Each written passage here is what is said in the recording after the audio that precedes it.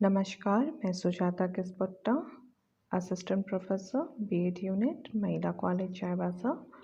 मैं आज आप लोगों के बीच बीएड सेमेस्टर 1 के पेपर 2 जिसका सब्जेक्ट टाइटल है कंटेम्प्रेरी इंडिया एंड एजुकेशन की first unit aims of education के topic sources of aims of education के subtopic educational aims as derived from the constitution of India लेकर आई हूँ। हम सभी जानते हैं कि हमारा शैक्षिक इतिहास कैसा रहा है। प्रारंभ में हमारी प्राचीन शिक्षा प्रणाली जिसमें वैदिक शिक्षा प्रणाली और बुद्धिस्ट शिक्षा प्रणाली ने अपनी अमिट छाप रखी। फिर कैसे कालांतर में मुस्लिम हमारे देश में आए और मुस्लिम शासकों ने अपनी शिक्षा प्रणाली हमारे देश में रखी। फिर अंग्रेज आए और उन्होंने आधुनिक शिक्षा की नींव हमारे देश में रखी। फिर कालांतर में हमारा देश स्वतंत्र हुआ और एक सशक्त लोकतांत्रिक देश के रूप में स्थापित हुआ और हमारे देश का अपना एक संविधान बना। हमारे भारत का संविधान दुनिया का सबसे अच्छा संविधान माना जाता है और इसे दुनिया भर के संविधानों का अध्ययन करने के बाद बनाया गया है। विश्व में भारत का संविधान सबसे बड़ा लिखित संविधान है जिसमें संसदीय प्रणाली की सरकार वाला एक स्वतंत्र संप्रभुता संपन्न समाजवादी लोकतंत्रात्मक गणराज्य की बात हमारे देश के लिए कही गई है। हमारे संविधान के मार्गदर्शक सिद्धांत और सामाजिक मूल्य से ही हमारे शैक्षिक उद्देश्यों का पता लगता है। हमारे देश के शैक्षिक उद्देश्यों को प्रभावित करने वाले भारतीय संविधान के प्रावधान इस प्रकार है।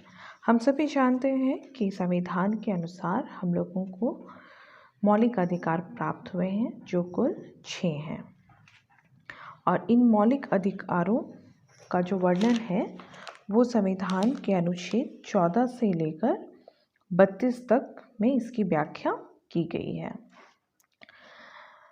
संविधान के अनुच्छेद अगर हम देखते हैं तो पहला प्रावधान हमें नज़र आता है अनुच्छेद 29 और 30 जिसमें हमें शिक्षा और संस्कृति से संबंधित मौलिक अधिकार प्राप्त है। अनुच्छेद 29 के अनुसार भारत के किसी भी हिस्से में रहने वाले प्रत्येक भारतीय नागरिक को अपने विशिष्ट भाषा, लिपि और अपनी संस्कृति को बनाए रखने का अधिकार है। किसी भी व्यक्ति को धर्म, नस्ल, जाति, भाषा या किसी अन्य समान विचार के कारण राज्य द्वारा स्थापित किसी भी शैक्षिक संस्थान में प्रवेश से वंचित नहीं किया जा सकता। अनुच्छेद 30 के अनुसार प्रत्येक अल्पसंख्यक समुदाय को यह अधिकार प्राप्त है कि वह अपनी मर्जी से शिक्षण संस्थानों की स्थापना कर सकते हैं और उनका रखरखाव कर सकते हैं और इस आधार पर राज्य इनको किसी भी तरह से सहायता देने से इनकार नहीं कर सकती है। अनुच्छेद 45 और 46 जो कि हमारे राज्य के नीति निर्देशक तत्वों से लिया गया है। हमारे संविधान के भाग 4 के अनुच्छेद 36 से 51 तक राज्य के लिए नीति निर्देशक तत्व दिए गए हैं। अनुच्छेद 45 और 46 में नीति निर्देशक तत्व दिए गए हैं जो हमारी शिक्षा नीति को भी एक आधारशिला प्रदान करते हैं। अनुच्छेद 45 के अनुसार राज्य 14 वर्ष से कम आयु के प्रत्येक बच्चे को 10 वर्ष के भीतर मुफ्त और अनिवार्य शिक्षा प्रदान करने का हर संभव प्रयास करेगा। यह निर्देश राज्य को दिया गया है। अनुच्छेद 46 के अनुसार राज्य सभी पिछड़े वर्गों विशेष रूप से अनुसूचित जातियों और अनुसूचित जनजातियों के शैक्षिक और आर्थिक हितों पर विशेष ध्यान देगा। यह राज्य को ऐसी जनजातियों को सामाजिक अन्याय और हर तरह के शोषण से बचाने का कर्तव्य भी सौंपा गया है। संविधान के इन प्रावधानों, विशेषताओं और प्रतिबद्धताओं पर अगर हम विचार करते हैं तो शिक्षा प्रणाली के लिए निम्नलिखित उद्देश्य जो है हमें दृष्टिगोचर होते हैं। जो इसमें से पहला है लोकतांत्रिक नागरिकता और लोगों में मूल्यों का विकास, दूसरा कौशलपूर्ण जीविका के लिए प्रशिक्षण, तीसरा विकास संबंधी व्यावसायिक कौशल, चौथा सामाजिक नैतिक और आध्यात्मिक मूल्यों का विकास, पांचवा राष्ट्रीय चेतना को बढ़ावा देना, छठा भौतिक संसाधनों का विकास और सातवां मानव संसाधन का विकास। अब हम इन्हें एक एक करके देखेंगे। कोई भी लोकतांत्रिक देश तभी सफल हो सकता है जब उसके देश के नागरिक जागरूक होंगे और अपने अधिकारों और कर्तव्यों का सही तरह से निर्वहन कर सकेंगे। अतः शिक्षा का यह पहला उद्देश्य है कि लोकतांत्रिक नागरिकों का निर्माण करें और उन लोगों में लोकतांत्रिक मूल्यों का विकास कर सकें, ताकि वो एक जिम्मेदार नागरिक बन करके अपनी जिम्मेदारी को समझे और लोकतांत्रिक गुणों को अपने अंदर समाहित करें, ताकि वो शिक्षा से संबंधित जितने भी उद्देश्य हैं, चाहे वो सामाजिक हो, आर्थिक हो, राजनीतिक हो, उनसे संबंधित मुद्दों की समझ रख सके और समस्याओं को हल करने में अपना सही योगदान कर सके, अर्थात सही और गलत के बीच में अंतर करने की क्षमता उनके बीच विकसित हो सके, ताकि वो लोकतांत्रिक नागरिकता के अपने सभी कर्तव्यों को निभा सके और आने वाले चुनौतियों के प्रति जिम्मेदार हो सके। शिक्षा का दूसरा उद्देश्य है कौशलपूर्ण जीविका के लिए प्रशिक्षण। कौशलपूर्ण जीविका से आशय है किसी भी व्यक्ति का अपने समाज के साथ सामंजस्य स्थापित करना, यानी शिक्षा के माध्यम से व्यक्ति का समाजीकरण। लोकतंत्र तभी सफल हो सकता है जब समाज में लोकतांत्रिक आदर्शों का अनुवाद हो सके। इसके लिए आवश्यकता है कि शिक्षा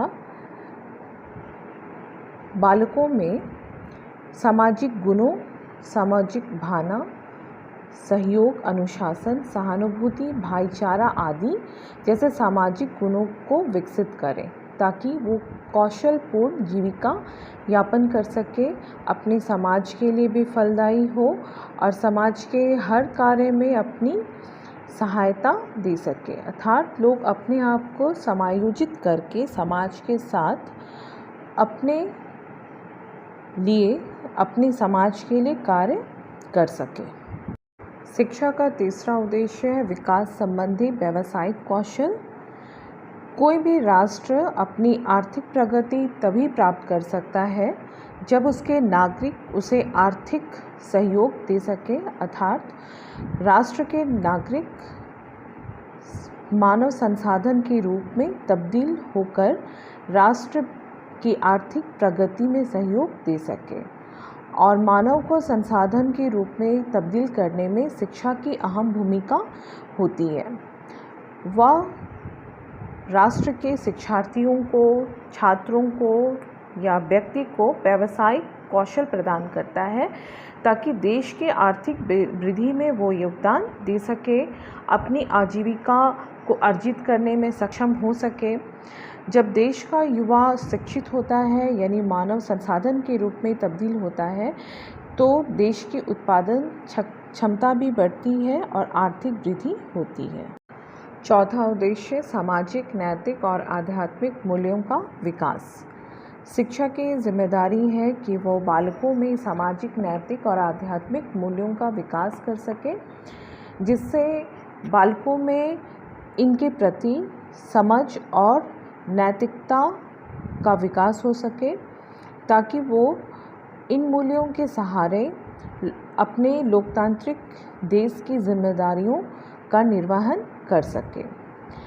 लोकतंत्र की सफलता के लिए ये आवश्यक है कि लोगों में समझ और नैतिकता विकसित हो, ताकि वो अपने लोकतंत्र के लिए सही निर्णय और सही समझ रख सके। शिक्षा का पांचवा उद्देश्य है राष्ट्रीय चेतना को बढ़ावा देना। हम सभी जानते हैं कि हमारा जो भारत देश है वो विभिन्न जातियों, धर्मों, समुदायों, संस्कृतियों का देश है, अतः राष्ट्रीय एवं सामाजिक एकता के लिए ये आवश्यक है कि विविधता में एकता बनी रहे। इस विविधता में एकता बनाए रखने में शिक्षा की अहम भूमिका है। ये लोगों के बीच धर्म, भाषा, जाति, वर्ग और समुदाय के अंतर सामंजस्य स्थापित करने में मदद कर सकती है, ताकि राष्ट्रीय चेतना के साथ ही साथ अंतर्राष्ट्रीय समझ का भी विकास लोगों में किया जा सके, जिससे कि विश्व हित में लोगों की जो समझ है और उनकी जो जिम्मेदारी है उससे वो अवगत हो सके। शिक्षा का छठा उद्देश्य है भौतिक संसाधनों का विकास। हम सभी जानते हैं कि भारत हमारा अभी विकासशील देश है, जो विकसित देश की ओर अग्रसर हो रहा है। हमारे देश को अगर विकसित होना है तो आवश्यकता है कि कृषि का आधुनिकीकरण हो और तेज़ी से औद्योगिकीकरण हो सके। इसमें शिक्षा महत्वपूर्ण भूमिका निभा सकती है कि वो व्यावसायिक शिक्षा के द्वारा वैज्ञानिक और तकनीकों को शिक्षा से जोड़ें, ताकि भौतिक संसाधनों का विकास हो सके। शिक्षा का सातवां उद्देश्य है मानव संसाधन का विकास करना। मानव को संसाधन तभी कहा जा सकता है जब वो शारीरिक, मानसिक, सामाजिक, नैतिक और आध्यात्मिक रूप से स्वस्थ हो और अपने ज्ञान एवं कौशल में वृद्धि कर सके। इस कार्य हेतु शिक्षा अहम भूमिका निभाती है, जो मानव को संसाधन के रूप में तब्दील करती है।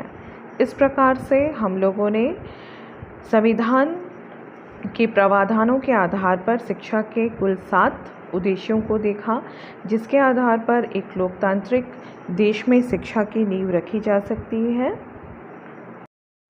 और शिक्षा द्वारा लोकतंत्र को मजबूती प्रदान की जा सकती है। धन्यवाद।